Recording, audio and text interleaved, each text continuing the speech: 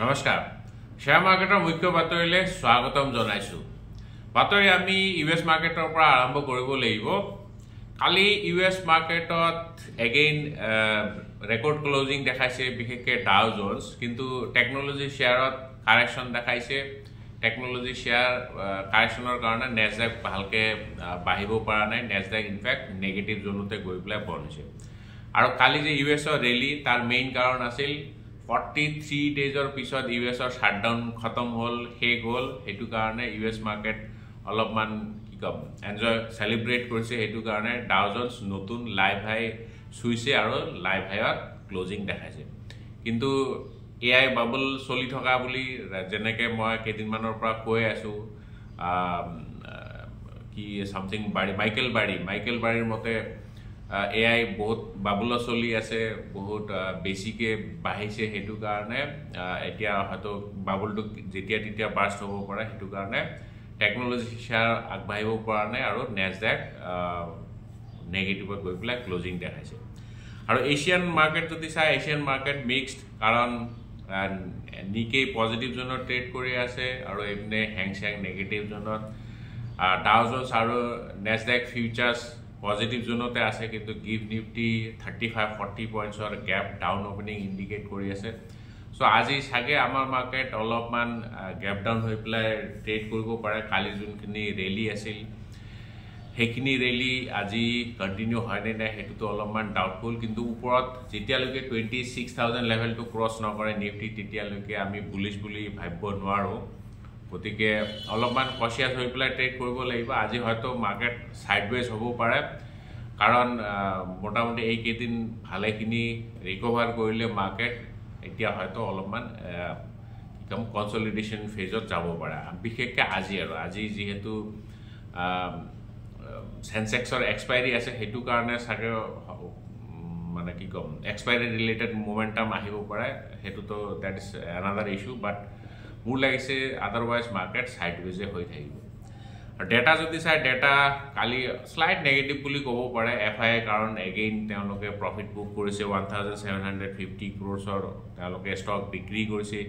DI তো buying মুডত আছে 5127 ক্ৰোৰ্ছৰ ষ্টক তেওঁলোকে বাই কৰিছে আৰু যদি আপুনি প্ৰেচিয়াছ মেটেল চাই প্ৰেচিয়াছ মেটেল কালি এগেইন মোমেন্টাম লৈছে গোল্ড আৰু সিলভাৰ তো 5% ওপৰত গৈ পেলাই বন হৈছে সিলভাৰ যদি ক্লোজিং প্ৰাইস চাই 1,62,100 ত ক্লোজিং দেখাইছে আৰু গোল্ডতো মোটামুটি ভালেখিনি ৰেলী দেখা গৈছে 1,26,000 প্ৰায় 500 ৰ ক্লোজিং দিছে সো গোল্ড সিলভাৰৰ ৰেলী এগেইন হয়তো মোমেন্টামটো এগেইন ষ্টাৰ্ট হ'ব পাৰে কিন্তু ক'ব নোৱাৰি আৰু হেতু মোমেন্টামে নে অলপমান এনে জাস্ট বহুত দিন খুই থকা কাৰণে এগেইন হাৰ পাইছে এটো ক'ব নোৱাৰি সো জিয়ে নহক এনসিডিএক্স তো গমে পায় national commodity and derivative exchange NCDEX এতিয়া নতুন এটা প্ল্যাটফর্ম তেওঁলোকে লঞ্চ কৰিব গৈ আছে মিউচুয়াল ফান্ডৰ ডিস্ট্ৰিবিউশনৰ কাৰণে এটা ইলেক্ট্ৰনিক প্ল্যাটফৰ্ম তেওঁলোকে লঞ্চ কৰিবলৈ গৈ আছে কিন্তু সেবিৰ এপ্ৰুভেল লাগে তেওঁলোকৰ বোৰ্ডে এপ্ৰুভ কৰিছে কিন্তু সেবিৰ এপ্ৰুভেল এতিয়াও বাকি আছে সেবি আৰু আদাৰ ৰেগুলেটৰি সো গতিকে এনসিডিএক্স এটো তো ষ্টক লিস্টেড নহয় বাট মাৰ্কেটৰ কাৰণে বা ইনভেষ্টৰৰ কাৰণে এটা ভাল খবৰ তেওঁলোকে নতুন এটা প্ল্যাটফৰ্ম পাব মোৰ লাগিছে এটো অলপমান ইজি হ'ব হয়তো ডাইৰেক্ট প্লান ইয়াৰ থ্ৰু দি বিক্ৰী হ'ব পাৰে আৰু সবতছে ডাঙৰ আমাৰ পজিটিভ নিউজ আমাৰ ইণ্ডিয়ান কনজিউমাৰৰ কাৰণে হেতু হল সিপিআই কালি সিপিআই ডেটা ওলাইছে consumer price index CPI data 13 বছৰৰ ভিতৰত সবতছে লোৱেষ্ট 1.44% ৰ পৰা সিধা 0.25% ত নামি গৈছে সিপিআই কনজিউমাৰ প্ৰাইস ইনডেক্সে কি কয় মানে ইনফ্লেশন কেনেকুৱা হৈ আছে তাৰনে ইনফ্লেশন বহুত কন্ট্ৰোলত আহিছে বহুত কন্ট্ৰোল মানে ভালেখিনি কন্ট্ৰোলত আহিছে 13 বছৰৰ লোত ইণ্ডিয়া মানে ইনফ্লেশনটো এতিয়া আমাৰ ইনফ্লেশন হৈ আছে গতিকে ৰাইজৰ কাৰণে বহুত ভাল খবৰ কিন্তু মাৰ্কেটৰ কাৰণে ইমানটা ভাল খবৰ নহয় বেছি ইনফ্লেশন কম হোৱা বেয়া অলপমান ইনফ্লেশন থকাটো ভাল তেতিয়া মাৰ্কেট বা ষ্টক বা কোম্পানীয়ে অলপমান পাৰফৰ্ম কৰিব পাৰে সো জিয়ে নহক কালি তো এগেইন ব্ৰেণ্ড ক্ৰুড যদি চাই ব্ৰেণ্ড ক্ৰুড আমি বহুত দিনৰ পৰা চোৱা নাই ক্ৰুড অইল প্ৰাইচ কালি অলপমান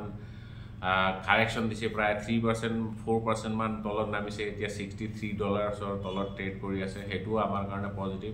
সো ক'বলৈ গ'লে পজিটিভ সেন্টিমেন্ট বা পজিটিভ ট্ৰিগাৰ বহুত আছে আমাৰ ইণ্ডিয়ান মাৰ্কেটৰ কাৰণে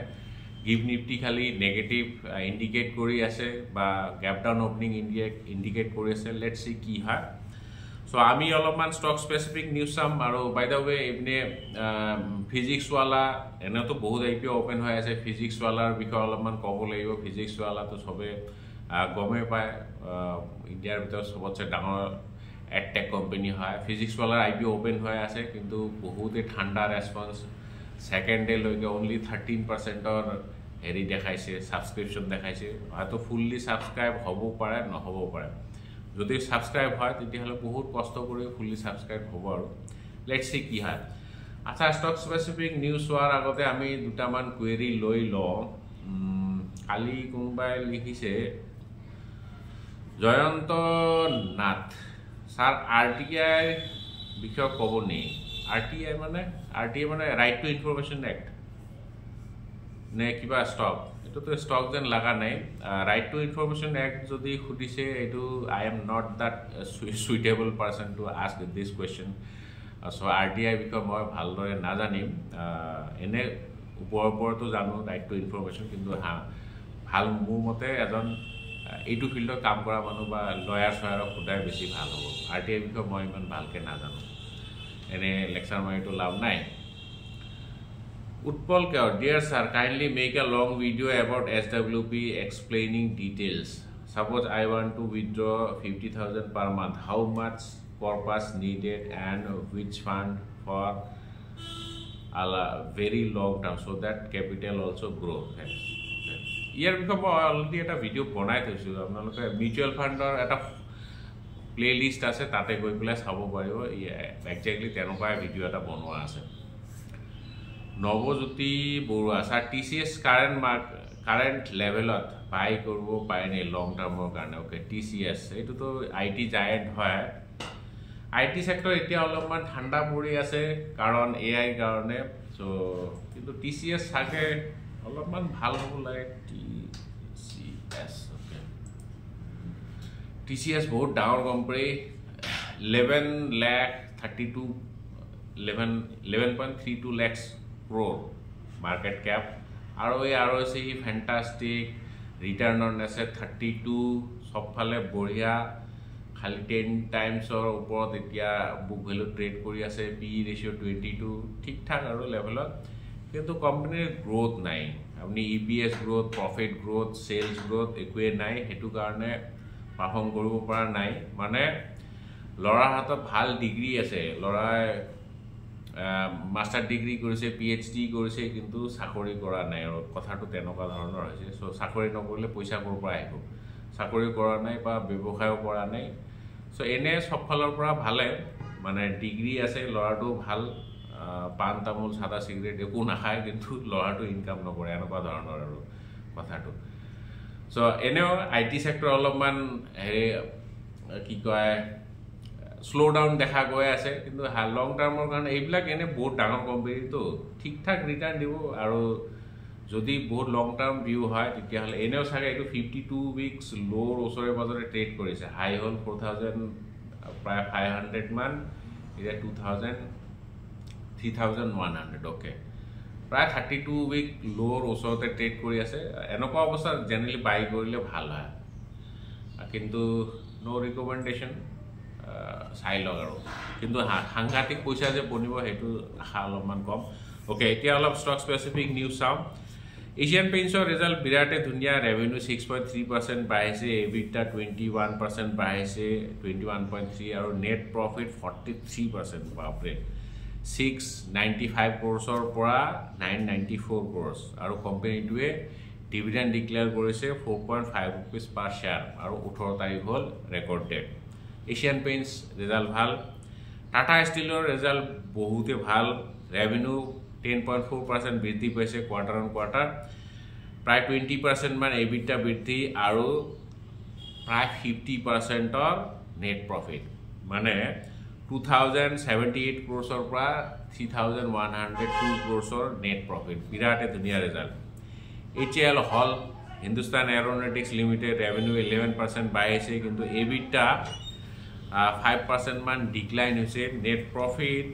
10% বাঢ়িছে যোৱাবাৰ আছিল 1510 crores হেতু বৃদ্ধি হৈ পেলাই এতিয়া 1600 প্ৰায় 70 crores প্ৰফিট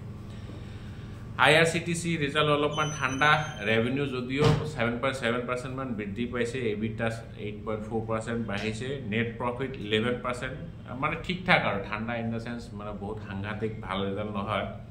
308 crores পৰা 342 crores হৈছে কিন্তু কোম্পানীটোৱে ইন্টাৰিম ডিভিডেন্ড ডিক্লেয়াৰ কৰিছে 5 টকা প্ৰত্যেক শেয়াৰ এগেইনষ্টত আৰু তাৰ কাৰণে ৰেকৰ্ড ডেট হ'ল 21 নৱেম্বৰ নাজাৰাটেক তো গম পায় এটো এটা কি কম গেমিং সেক্টৰৰ কোম্পানী হয় এটা নিউ এজ কোম্পানী বুলি কয় ৰাইজে সো নাজাৰাটেকৰ ৰেভিনিউ যদি চাই ৰেভিনিউটো বিৰাটে ধুনীয়া 65% অৰ গ্ৰোথ দেখা গৈছে EBITDA দুগুণ বাঢ়িছে 25.1 crores পৰা 59.8 crores কিন্তু কোম্পানীটো লছত আছে এতিয়া প্ৰফিটৰ পৰা লছত আহিছে যোৱাবাৰ 23.8 crores অৰ প্ৰফিট আছিল হেতু এতিয়া হ্ৰাস পাই প্লাই হ্ৰাস নহয় এটো প্ৰফিটৰ পৰা একদম লছত আহিছে 29.4 crores কিয়ৰ কাৰণে লছ EBITDA অপাৰেটিং মানে প্ৰফিটটো ঠিকে আছে কবলে গলে মানে অপাৰেশনাল এফিচিয়েন্সি দেখা গৈছে কাৰণ কোম্পানীটোৰ EBITDA ভালে EBITDA দুগুণ হৈছে কিন্তু বটম লাইন বটম লাইনটো কিয় ইমান বেয়া হেতু ধৰিব পৰা নাই অলপমান ডিপ ডাইভ কৰিব লাগিব আৰু দীপক নাইট্ৰাইট ৰেভিনিউ 6.4% ডিক্লাইন হৈছে EBITDA 31% ডিক্লাইন আৰু নেট প্ৰফিট 39% ডিক্লাইন হৈছে বহুত বেয়া ৰিজাল্ট দেই 194 crores পৰা 119 crores সো বহুত বেয়া ৰিজাল্ট ডেটা প্যাটাৰ্নৰ ৰিজাল্ট ভাল ৰেভিনিউ 91 crores পৰা 308 crore বাপৰে বিৰাটে ধুনীয়া 100% অৰ EBITDA গ্ৰোথ নেট প্ৰফিট 62% বাঢ়িছে 30.3 crores পৰা 49.2 crores নেট প্ৰফিট বিৰাটে ধুনীয়া আজি ডেটা প্যাটাৰ্নস চাব লাগিব ডেটা প্যাটাৰ্নসৰ ৰিজাল্ট ভাল সো আজি মুখ্য বাতৰি দিমানে কাইলে আমি আকৌ লগ পাম জয় আই